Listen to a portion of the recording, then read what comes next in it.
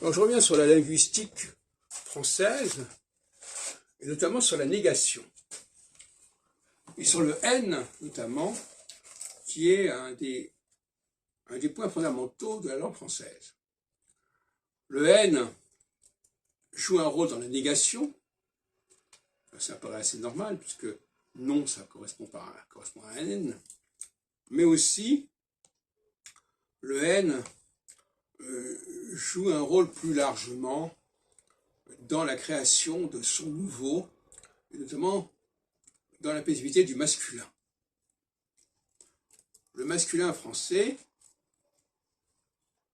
comporte constamment du N, intelligent.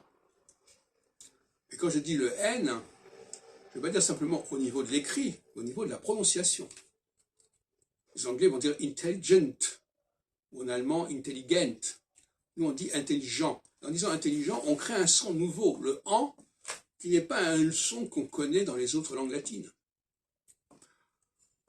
Comme grand, c'est aussi un son qu'on ne connaît pas dans les autres langues. Les Espagnols disent grande, ils ne disent pas grande.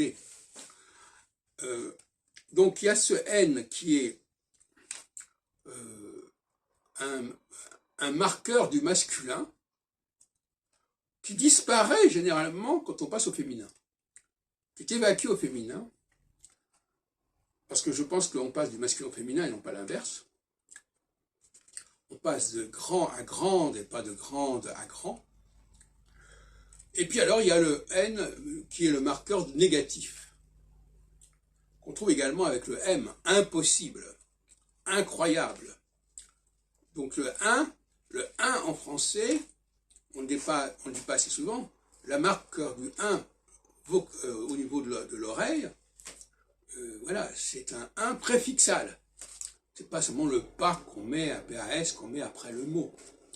Impossible, invraisemblable, inacceptable. Alors là, il n'y a pas de 1, effectivement. De même qu'il n'y a pas de 1 dans immobile.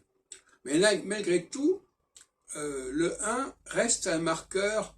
Quand on entend le son 1, on sait que quelque part, quelque chose qui est refusé, qui est nié. Et je terminerai en rappelant la fortune du N en anglais, du N français, du ON en français, tout à fait étonnante, puisque quand l'anglais veut montrer la négation, il emploie le N du français.